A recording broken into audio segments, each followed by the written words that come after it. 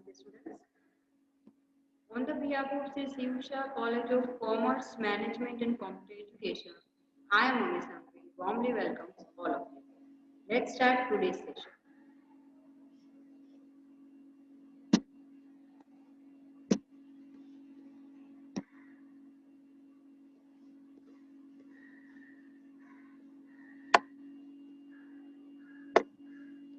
Your class is BCom Semester 5. Subject is Management Accounts.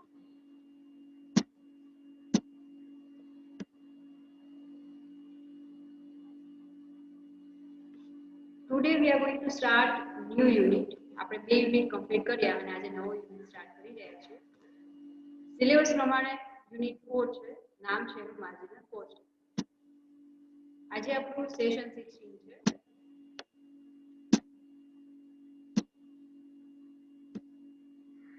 સૌથી પહેલા introduction લઈ લઈએ. Generally, when the total cost of a product is to be determined, both types of cost, variable cost and fixed cost, are added and total cost is found out. Many times, for taking important managerial decisions, product cost is determined on the basis of variable cost only. This is called marginal costing. હવે આપણે અગાઉ unit પહેલા જે start કર્યું હતું material variance, એમાં આપણે મટીરિયલના related અલગ અલગ ફોર્મ્યુલા લર્ન કરતા શીખ્યા. સેકન્ડ આપણે લેબર લીધું, એમાં લેબરના વેરિયન્સ આપણે જોયા. હવે આપણે માર્જિનલ કોસ્ટ એક ફોર્મ્યુલા બેઝ ચેપ્ટર છે,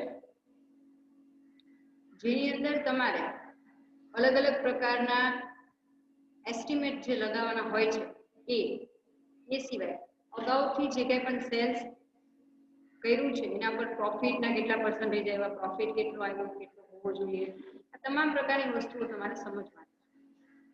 અહીંયા આ ચેપ્ટરના ઇન્ટ્રોડક્શનમાં શરૂઆતમાં આપણે એ જોઈએ કોઈ પણ વસ્તુની ટોટલ કોસ્ટ કઈ રીતે આવે. તો મેઇન બે ફેક્ટર કન્સિડર કરવાના હોય. એક્સપેન્સીસ તો ઘણા બધા હોય છે, પણ નોર્મલી આપણે એને બે કેટેગરીમાં ડિવાઇડ કરીએ છીએ, ક્લાસિફાઈ કરીએ છીએ. તો પહેલી કેટેગરી છે એ છે ફિક્સ કોસ્ટ અને સેકન્ડ છે વેરિયેબલ કોસ્ટ. હવે ફિક્સ કોસ્ટ અને વેરિયેબલ કોસ્ટ, પણ ફિક્સ કોસ્ટ શું છે, હંમેશા ફિક્સ જ રહેવાની. તો કોઈ પણ વસ્તુની કોસ્ટિંગમાં કઈ વસ્તુમાં ચેન્જીસ આવવાથી એસ્ટિમેટેડ કોસ્ટ બદલાશે.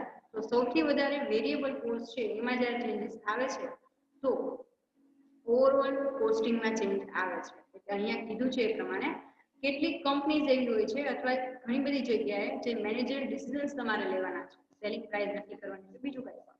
તો એની અંદર તમારે જે પ્રોડક્ટની કોસ્ટ નક્કી કરીએ છીએ એમાં વેરિયેબલ કોસ્ટના આધારે જ આપણે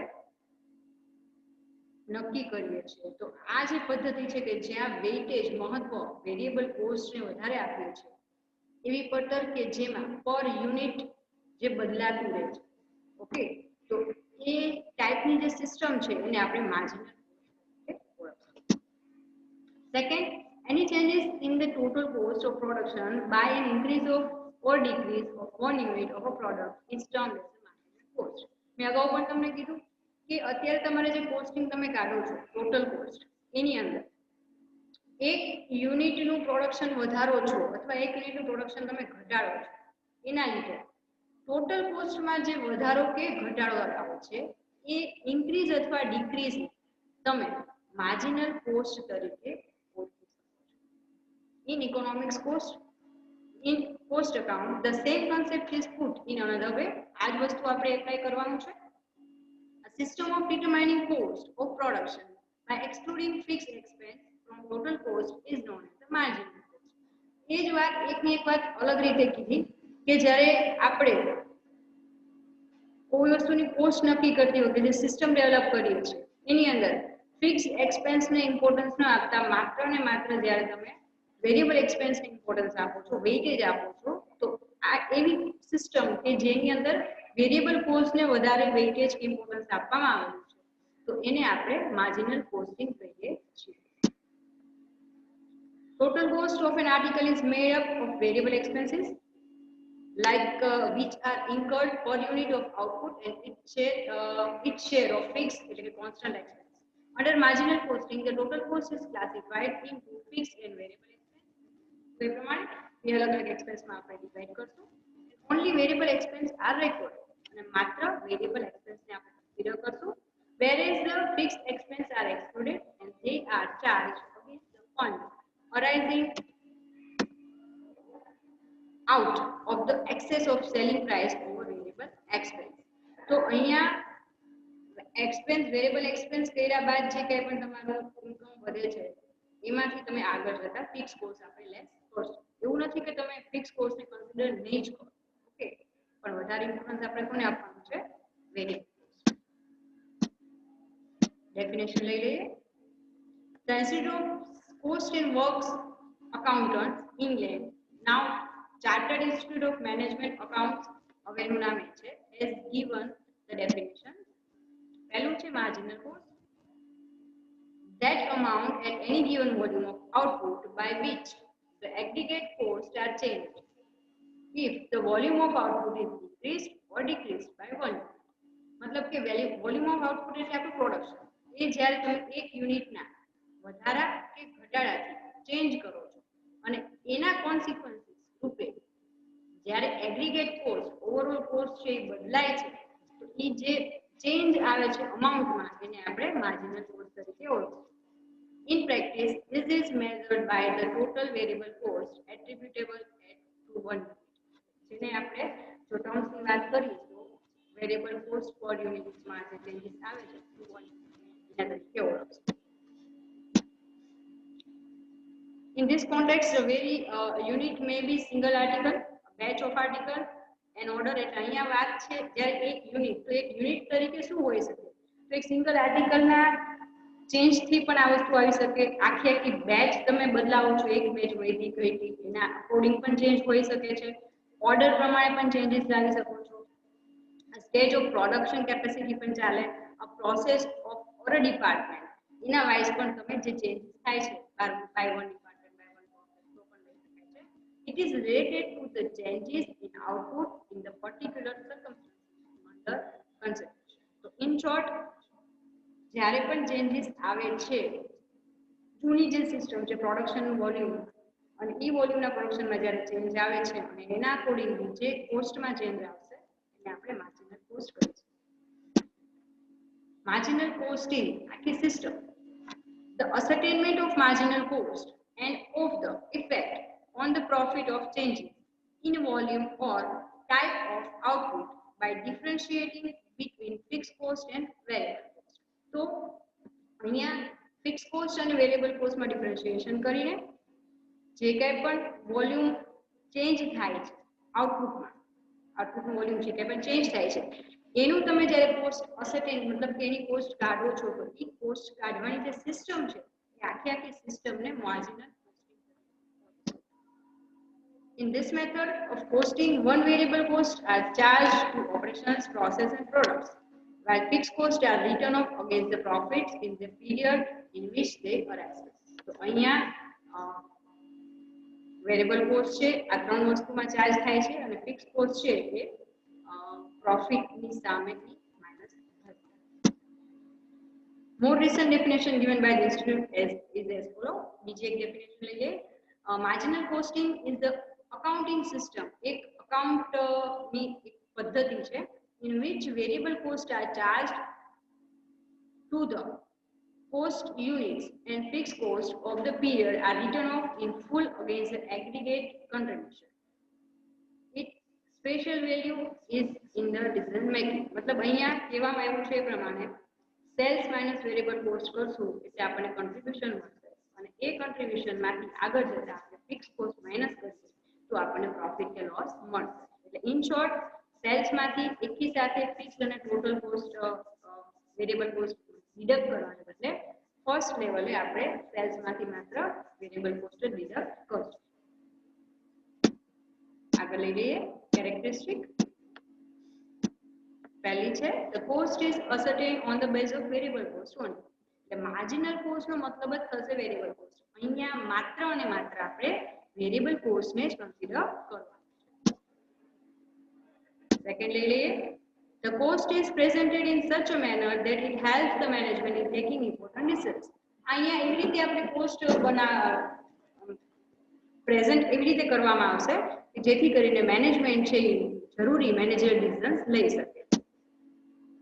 The stock of finished goods and work in progress are valued on the basis of marginal cost. એટલે અહીંયા સ્ટોક પણ માત્ર માર્જિનલ કોસ્ટ ના બેઝ પર લેવામાં આવશે.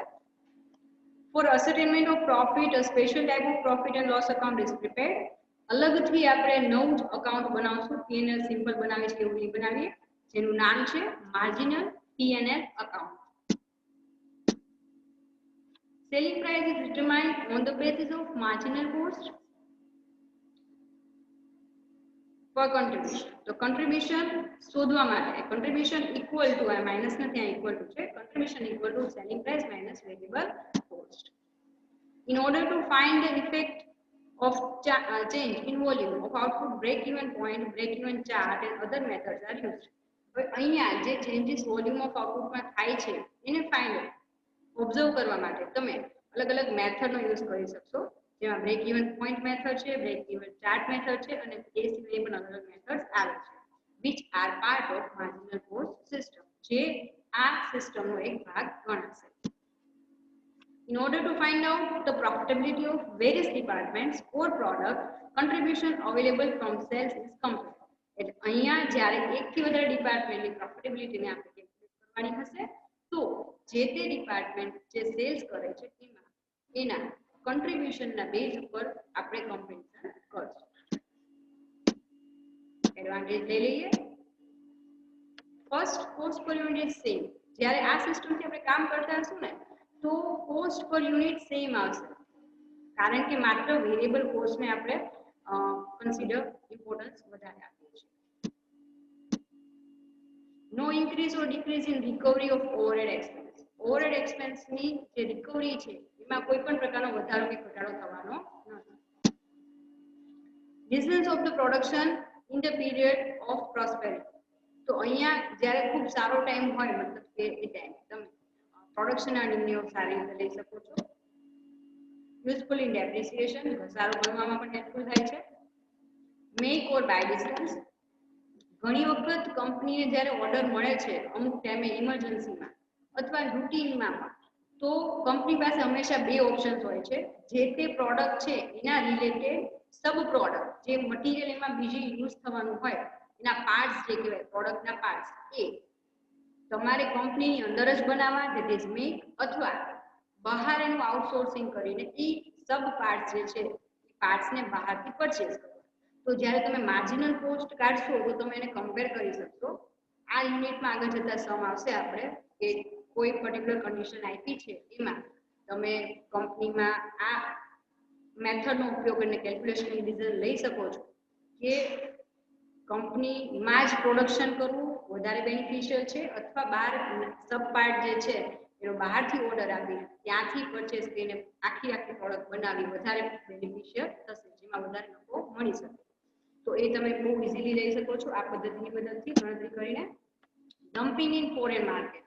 આગળ એક સેક્શન એવું પણ આવશે કે જેમાં તમને ઓર્ડર ફોરેન માર્કેટમાંથી મળે છે, તો ડમ્પિંગ ઇન ફોરેન માર્કેટનો કોન્સેપ્ટ પણ આમાં તમને હેલ્પફુલ થાય છે. એ કેલ્ક્યુલેશન કરવામાં પણ માર્જિનલ કોસ્ટિંગની મેથડ તમને ઉપયોગ થશે. Relation between volume and profit. Volume એટલે કે આઉટપુટ અને પ્રોફિટ. આઉટપુટ વધારવાથી પ્રોફિટ વધે છે, આઉટપુટ વધે પ્રોફિટનો રેશિયો ઘટે છે કે નહીં, આ રિલેશન તમે વેરીફાઈ કરી શકો છો. Useful in differential cost analysis. તો અલગ-અલગ પ્રકારના કોસ્ટ એનાલિસિસમાં તમને ઉપયોગ થશે. Control over cost. કોસ્ટ ઉપર તમે કંટ્રોલ રાખી શકો છો. Easy for sales manager to fix selling price. Sales manager માટે વેચાણ કિંમત પ્રોડક્ટની સેલિંગ પ્રાઇસ નક્કી કરવામાં હેલ્પફુલ થાય છે. ડિસએડવાન્ટેજ લઈ લઈએ. Avoidance of fix cost is long run harmful. જુઓ, શોર્ટ રનની અંદર ફિક્સ કોસ્ટ હંમેશા ફિક્સ જ રહેવાની છે, પણ લોંગ રનમાં ફિક્સ કોસ્ટ પણ વેરિયેબલ થાય છે. તો એવા ટાઈમે એવરી ટાઈમ શોર્ટ રન અને લોંગ રનમાં જો ફિક્સ કોસ્ટને તમે અવોઇડ કરશો તો you can not get proper estimate, તમને નુકસાન થઈ શકે છે. Time factor ignore. અહીંયા ટાઈમ ફેક્ટરને પણ ઇગ્નોર કરવામાં આવેલું છે. Decision of production in the period of prosperity. Possibility of loss. નુકસાન થવાની શક્યતા છે. એકચ્યુઅલમાં આ પોઈન્ટ છે ને આગળનો સેમ રિપીટ થઈ ગયો છે એટલે adverse effect of price reduction. તો પ્રાઇસ રિડક્શનની એડવર્સ ઇફેક્ટ પણ આપણને મળી શકે છે. તમે પ્રાઇસમાં ચેન્જીસ કરશો તો ઓબ્વિયસ છે બાકી બધી વસ્તુ પણ ચેન્જ થવાની છે. Distinction between cost difficult. અલગ અલગ કોસ્ટમાં આને ફિક્સ ગણવી, આને વેરિયેબલ ગણવી. પ્રેક્ટિકલ લાઈફમાં પરફેક્ટલી તમે ડિસ્ટ્રીબ્યુટ કરો, ક્લાસિફાઈ કરો એ થોડુંક તમને ડિફિકલ્ટ રહેવાનું. Fix cost part of cost. Fix cost છે એ ટોટલ કોસ્ટનો જ ભાગ છે. અહીંયા ટોટલી ઇગ્નોર કરવાની વાત કરી છે. જેમ પહેલા પોઈન્ટમાં કીધું એમ લોંગ રન લાંબા ગાળે એ વસ્તુ આપણને નુકસાન થઈ શકે છે, તો તમે ઇગ્નોર ન કરો. હવે આ યુનિટમાં જે કંઈ પણ ફોર્મ્યુલા અને ફંક્શન શીખવાના છે તો એના માટે ટર્મ્સ અલગ અલગ આવશે, તો એની આપણે જરાક જાણકારી લઈ લઈએ. First is contribution. The difference between cells and marginal cost, મતલબ વેચાણ અને વેરિયેબલ ચલિત ખર્ચ આ બંને વચ્ચેનો તફાવત છે એને આપણે કોન્ટ્રીબ્યુશન કહીશું. Second, fix cost. એવી કોસ્ટ કે જે બદલાવાની નથી, that will be constant. It means it will not change. Total production process દરમિયાન ફિક્સ કોસ્ટ એવી કિંમત કોસ્ટ છે સ્થિર ખર્ચા, સ્થિર પડતર કે જે બદલાશે નહીં. તમે 5000 યુનિટનું પ્રોડક્શન કરો, 10 નું કરો કે 15 નું કરો, ફિક્સ કોસ્ટ હંમેશા ફિક્સ જ રહેશે. Variable cost, these are the cost, આ એવી કોસ્ટ છે that will be changed according to change in production volume. પ્રોડક્શનના વોલ્યુમમાં ચેન્જ કરવાની સાથે સાથે જે કોસ્ટ બદલાતી રહેશે એને આપણે વેરિયેબલ ચલિત પડતર અથવા વેરિયેબલ કોસ્ટ કહીએ છીએ. બ્રેક ઇવન પોઈન્ટ, સમતૂર બિંદુ શબ્દ તમારે આવી ગયો ગુજરાતીમાં ઇકોનોમિક્સની અંદર. It is that volume of output at which neither a part profit is made or loss is occurred. એવું વેચાણના એવા યુનિટ અથવા એવા રૂપિયા વેચાણ કે જેમાંથી કંપનીને નફો પણ નહીં થાય અને નુકસાન પણ નહીં થાય. ગુજરાતીમાં આપણે એને નહીં નફો નહીં નુકસાન તરીકે ઓળખીએ છીએ. તો સમતૂર બિંદુ એ વેચાણ એટલે કે sales at break even point, મતલબ એવા યુનિટ કે જેનાથી આપણને નફો પણ નહીં મળે નુકસાન. Margin of safety, the difference between the actual sales and sales at BEP. હવે સેલ્સ એટ BEP એટલે આપણને ખબર છે કે એના ત્યાં સુધી વેચાણ કરીએ તો એનાથી આપણને નુકસાન નહીં. તો ઈ BEP સેલ્સ અને એનાથી ઉપર તમે વધારે વેચાણ કર્યું હોય તો ઉપરનું જેટલું પણ વેચાણ છે મતલબ એક્ચ્યુઅલ સેલ્સ અને સેલ્સ એટ BEP નો ડિફરન્સ એને આપણે માર્જિન ઓફ સેફ્ટી તરીકે ઓળખીશું. હવે આઈ હોપ કે તમને લોકો કોન્સેપ્ટ ક્લિયર થઈ ગયો હશે. તો હવે આપણે સ્ટાર્ટ કરીએ આજના હજી એક બાકી છે sorry, profit volume ratio. This ratio shows the effect of changes in the given sales on the profit. Sales ઉપર પ્રોફિટમાં ચેન્જીસ કરવાથી જે પર્સન્ટેજ આપણને મળે છે તો એની ઇફેક્ટ તમને અહીંયા આ વોલ્યુમ દ્વારા જાણવા મળે છે. આ સિવાય પણ તમારે કાંઈ પણ જોવું હોય તો તમે તમારી ટેક્સ્ટબુકની અંદર સરસ મજાની થિયરી ડિટેલમાં આપેલી છે, તમે તમારી રીતે રિફર કરી શકો છો. એમાં કોઈ પણ પ્રકારનું કન્ફ્યુઝન લાગે તો તમે વોટ્સઅપ નંબર અમારા છે જ તમારી પાસે, તો તમે અમને વોટ્સઅપ કરજો. અમે બને એટલું જલ્દી તમને તમારી ક્વેરીઝ છે સોલ્વ કરવાનો પ્રયત્ન કરશું. ઓકે, ફોર્મ્યુલા લઈ લઈએ. સૌથી પહેલા ફોર્મ્યુલામાં મેં શોર્ટ ફોર્મ જ યુઝ કર્યા છે, લાંબા લાંબા શબ્દો નહીં. આગળ સમમાં પણ આપણે એવું કરશું તો એ બધાનું પહેલા તમને લખી દઉં છું ફૂલ ફોર્મ. S જે યુઝ કર્યો છે એનો મતલબ સેલ્સ થશે, V યુઝ કર્યો છે એનો મતલબ વેરિયેબલ કોસ્ટ, F યુઝ કર્યો છે મતલબ ફિક્સ કોસ્ટ, C એટલે કે કોન્ટ્રીબ્યુશન, P નો મતલબ પ્રોફિટ, L નો મતલબ લોસ. PVR શબ્દ હશે એનો મતલબ થશે પ્રોફિટ વોલ્યુમ રેશિયો. BV નો મીનિંગ થાય છે બ્રેક ઇવન પોઈન્ટ. MOS નો મીનિંગ થાય છે માર્જિન ઓફ સેફ્ટી. તો આટલા બધા શોર્ટ ફોર્મ આપણે ફોર્મ્યુલામાં કાઢી, ઘણા બધા સમય ઘણી બધી ફોર્મ્યુલા એવરી ટાઈમ વધુ ફોર્મ્યુલા લાંબી લાંબી લખવી એના કરતાં શોર્ટ ફોર્મ તમે યુઝ કરી શકો. પહેલી ફોર્મ્યુલાથી શરૂઆત કરીએ, કોન્ટ્રીબ્યુશન. કોન્ટ્રીબ્યુશનની આપણી પાસે ત્રણ ફોર્મ્યુલા છે. પહેલું છે S માઇનસ V, એનો મતલબ થશે સેલ્સ માઇનસ વેરિયેબલ કોસ્ટ. અથવા તમને જો ફિક્સ કોસ્ટ આપી હોય અને પ્રોફિટ આપ્યો હોય તો F પ્લસ P કરશો એટલે આપણને કોન્ટ્રીબ્યુશન મળી જશે. એ સિવાય જો લોસ આપ્યો હોય તો ફિક્સ કોસ્ટ માઇનસ લોસ કરીએ તો પણ આપણને કોન્ટ્રીબ્યુશન મળી જશે. એટલે આમ જુઓ તો કોન્ટ્રીબ્યુશનની formula C equal to S minus P or F plus P or F minus L થશે. Okay, PVR profit volume ratio. તો એના માટેની ફોર્મ્યુલા આપ્યું છે C એટલે કે કોન્ટ્રીબ્યુશન અપોન S એટલે કે સેલ્સ ઇન્ટુ 100. બીજું આપ્યું છે change in profit upon change in sales into 100. આ પણ આવશે. આમાં કેવું છે, એક વસ્તુ ફાઇન્ડ કરવાની 2 થી 3 ફોર્મ્યુલા હંમેશા હશે. આપણી પાસે રકમમાં જે ડેટા અવેલેબલ હોય એ પ્રમાણે અલગ અલગ ફોર્મ્યુલાનું એપ્લાય આપણે કરવાનું રહેશે.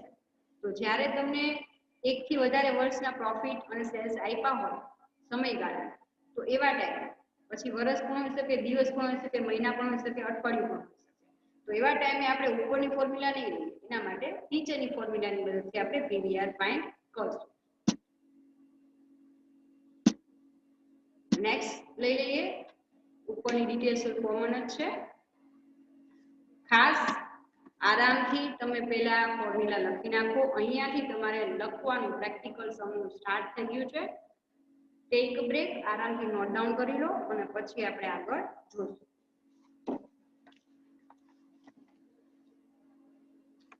હું કન્ટિન્યુ કરું છું.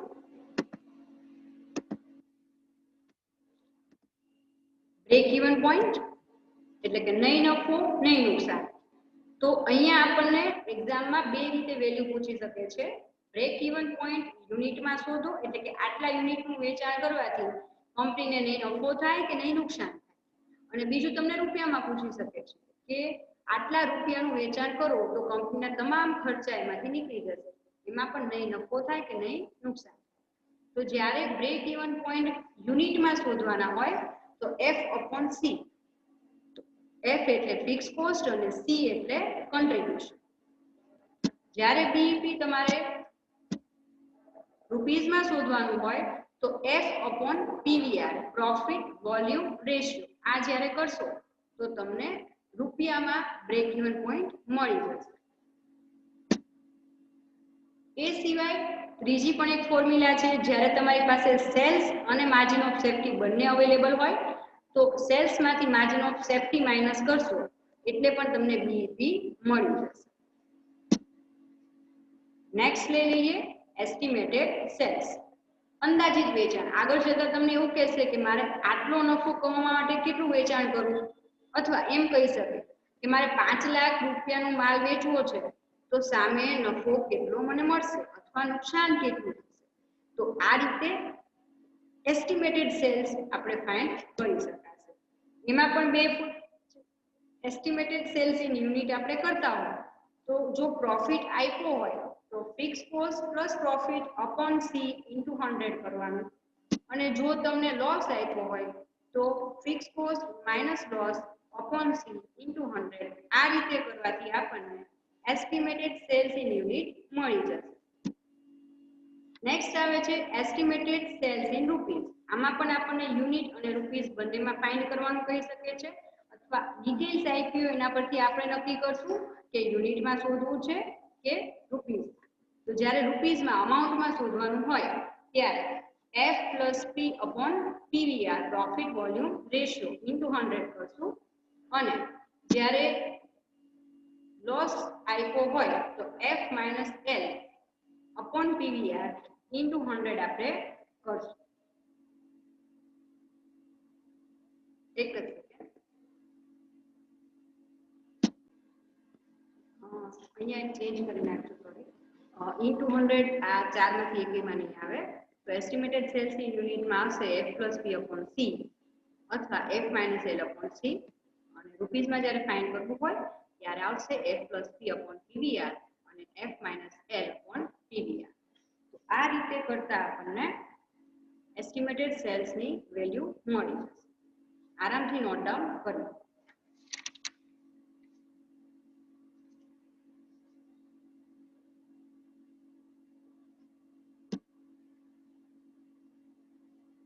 હું નેક્સ્ટ સ્લાઇડ પર જઉં છું.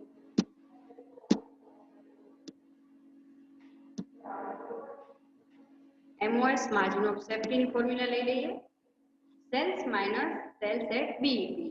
અગાઉ આપણે જોયું હતું ફોર્મ્યુલામાં એ પ્રમાણે સેલ્સ તમને આપેલું હશે અને સેલ્સ એટ બીઈપી આપણે ફાઇન્ડ કર્યું હશે અથવા બંને વેલ્યુ પણ આપણે ફાઇન્ડ કર્યું એવું પણ બની શકે છે. આ બંને વેલ્યુ જ્યારે આપણી પાસે હશે તો આપણે એના ઉપરથી માર્જિન ઓફ સેફ્ટી ફાઇન્ડ કરી શકીશું. બીજી ફોર્મ્યુલા જોઈએ આપણે P upon PVR. જ્યારે તમને પ્રોફિટ આપ્યો હોય તો પ્રોફિટ upon PVR ની હેલ્પથી પણ આપણે માર્જિન ઓફ સેફ્ટી ફાઇન્ડ કરી શકીશું. Estimated cells in unit